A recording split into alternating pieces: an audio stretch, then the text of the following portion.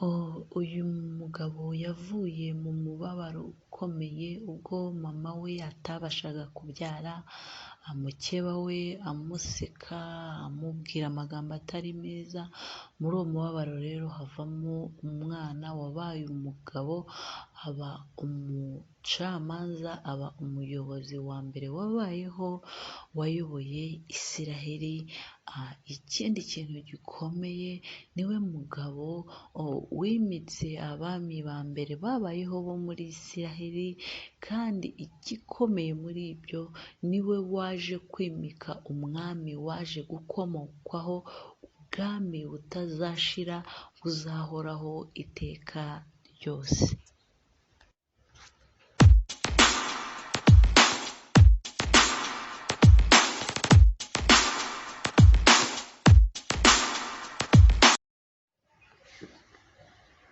Shalom shalom, nongeye kubasuhuza mbaha ikaze mu kiganiro mukomeje gukunda muri benshi, aho tuvuga ku banyabigwi, abantu bagiye bakora ibintu bikomeye babikoreshejwe n'Imana, ndetse no muri iki gihe cyacu ibyo bakoze bikaba bikidutangaza. Turakomeje rero, twagiye no ku munyabigwi wa munani, ntimucikwe, nge tugiye kubana ko mumaze kubimenyera, ndi Wisdom. Nuko rero Dawidi yica abafilisitiya benshi, rero mwitahuka bava ku rugamba, abagore baza basingiza bakajya baririmba bati Sawuli yishe ibihumbi, Dawidi yica inzovu. Sawuli rero ngo abyumve, ibyo bibabaza Sawuli, atangira kujya areba nabi Dawidi. Nuko rero Sawuli atinya Dawidi kuko Uwiteka yari kumwe nawe. Nuko rero Sawuli aguma gutinya Dawidi, Uwiteka yari ari kumwe nawe. Noneho rero amwikuraho, amugira umutware w'ingabo kugira ngo ntazagwe mu maboko ya Sawuli, ahubwo azagwe mu Bafilisitiya. Aza no kumushyingira rero umukobwa we Mikali, ariko Sawuli amushyingira mu buryo bwo kugira ngo amubere nk'umutego. Nuko rero hagati aho umuhungu wa Sawuli Yonatani aba inshuti na Dawidi, bagirana n'igihango, baba nk'abavandimwe, ku buryo iyo se yashakaga guhemukira Dawidi, Yonatani yamumukizaga. Dawidi rero aguma kujya agendera kure ya Sawuli, cyane ko Sawuli yari umwami. Nuko rero ko Sawuli yakomeje kugenza Dawidi ngo amwice, Dawidi agera aho aza ahungira mu buvumo bwa Adoramu. Abantu rero benshi baramukurikira, bari bafitanye ibibazo na Sawuli, n'abatarashakaga Sawuli bose basanga Dawidi aho yari yihishe. Nuko rero Dawidi nawe asaba umwami w'i Mowabu ko yaba amuhereye icumbi, se na nyina nabo baraza rero babana nawe aho ngaho. Ngo rero Sawuli aze kumenya ko hari abafashije Dawidi ari i Gibeya, hahandi bamusukiyeho amavuta, nabwo yica abo bantu bose bari bafashije Dawidi. Nuko rero Sawuli akoma kugenza Dawidi, ariko Dawidi akabona amahirwe menshi yo kwica Sawuli, ariko ntamwice. Nuko rero Sawuli ayihisha mu buvumo ashaka kwica Dawidi, Dawidi yamuguye hejuru Sawuli atabizi. Nuko rero ngo Dawidi amubone aramubaza ati ariko niki gituma wumvira abantu bakubwira ko njyewe nshaka kukugirira nabi? Aho ntiwibeshye ko Uwiteka yari yagutanze mu maboko yanjye uyu munsi, ubwo wari uri mu buvumo. Mbese ubwo ntiwari wabonye ko Uwiteka yagushyize mu maboko yanjye ngo nkwice? Yewe n'ikimenyimenyi hariho n'abari bambwiye ngo nkwice. Ariko ndakubabarira, ndavuga nti njye sinaramburira ukuboko kwanjye umuntu Uwiteka yasize amavuta ngo njyewe ngo nindangiza ngo njye kukwica.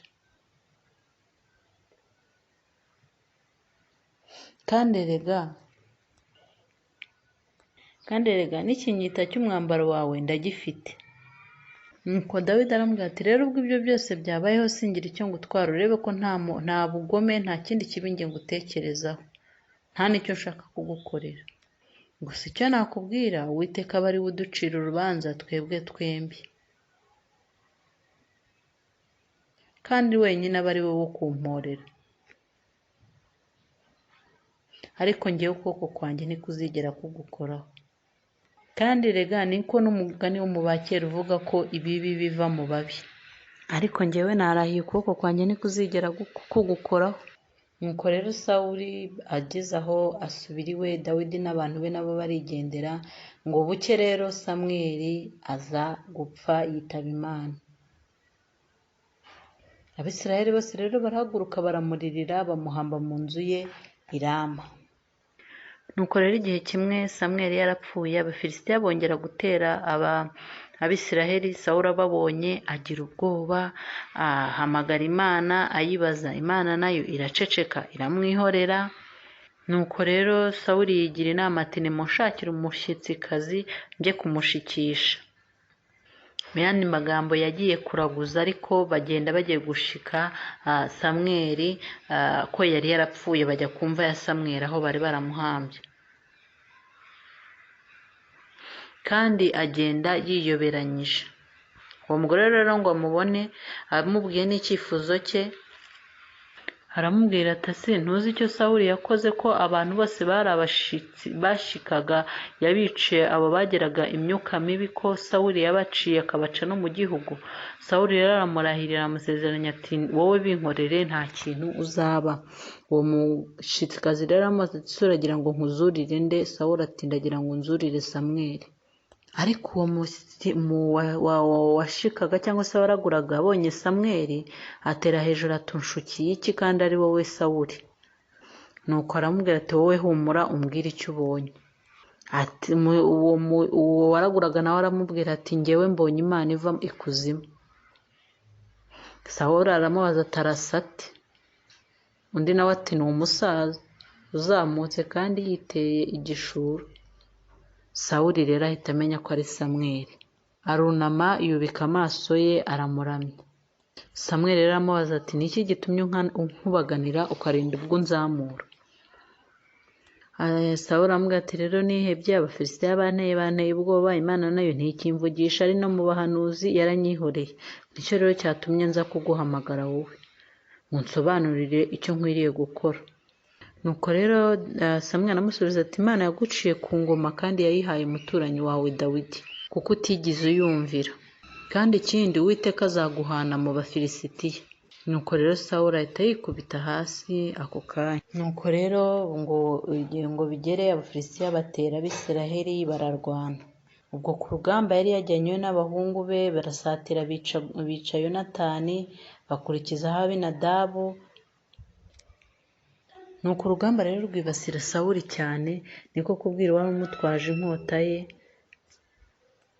Urumva hamaze gupfamo abantu benshi, aramubwira ati wowe ufate inkota yanjye uyinsogote, aho kugira ngo njyewe nsogotwe na bariya batakebwe. Ariko uwari umutwaje inkota aranga. Rero nicyo cyatumye Sawuli we yifatira ubwe aba ari we uyitera. N'uwari umutwaje inkota rero abonye bigenze gutyo, nawe yayiteriye agwa hasi. Nuko rero Samweli aba apfiriye aho muri urwo rugamba, nk'uko Samweli yari yarabimubwiye. Nuko rero inkuru iza kugera kuri Dawidi ko Sawuli na Yonatani bapfuye. Dawidi rero aborogera Sawuli na Yonatani, cyane ko Yonatani yari inshuti na Dawidi cyane. Nuko rero baza kwimika, nyuma yaho bamaze kuborogera Sawuli na Yonatani, bimika Dawidi ngo abe umwami w'Abayuda, w'Abisiraheli. Abayuda bari bo bamwimika. Nuko rero Dawidi aba umwami w'Abisiraheli bose.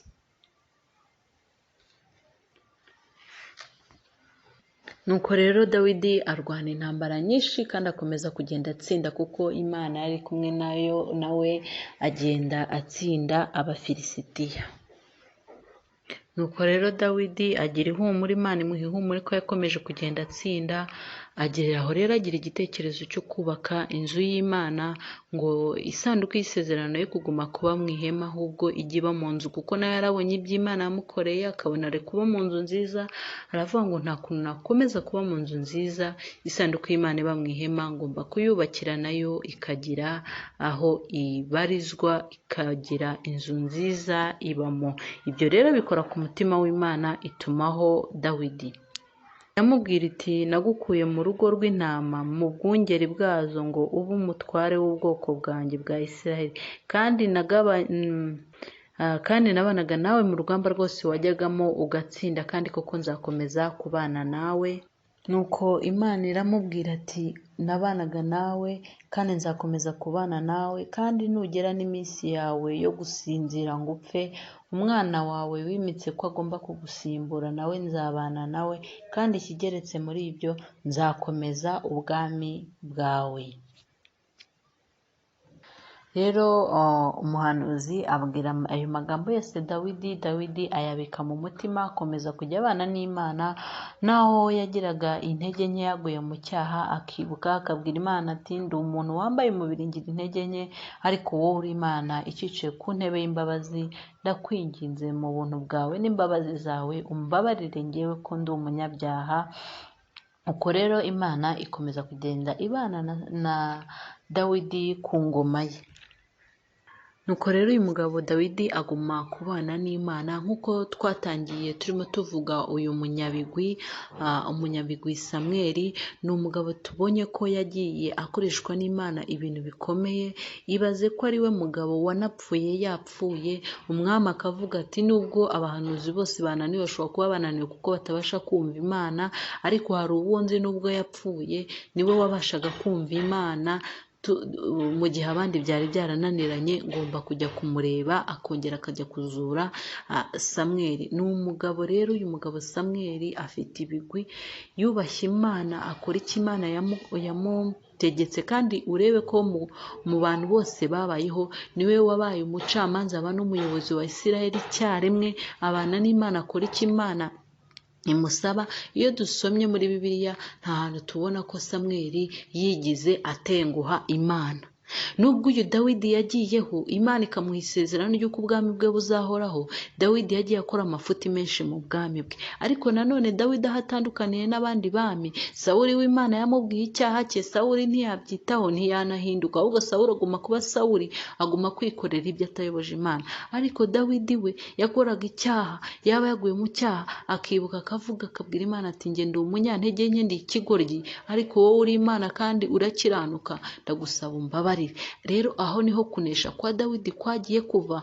Kandi koko mwibuke igihe Imana yoherezaga Samweli bwa mbere, yaramubwiye ngo genda kwa Kishi, umuntu uri buze agusanga uyu munsi kuri aya masaha ya n'aya uramwimika azaba umwami wa Isiraheli w'Abasawuli. Ariko umunsi yashakaga umwami uzavamo ubwami buzahoraho iminsi yose, yarambwiye ati wowe ufate amavuta, wowe ujye kumureba, ntabwo ari uri buze kukureba, ahubwo wowe ujye kumureba, ngo kuko nabonye umuntu mu bahungu ba Yesaya, nabonyeyo umuntu umutima wanjye wishimira. Imana ishimwe cyane.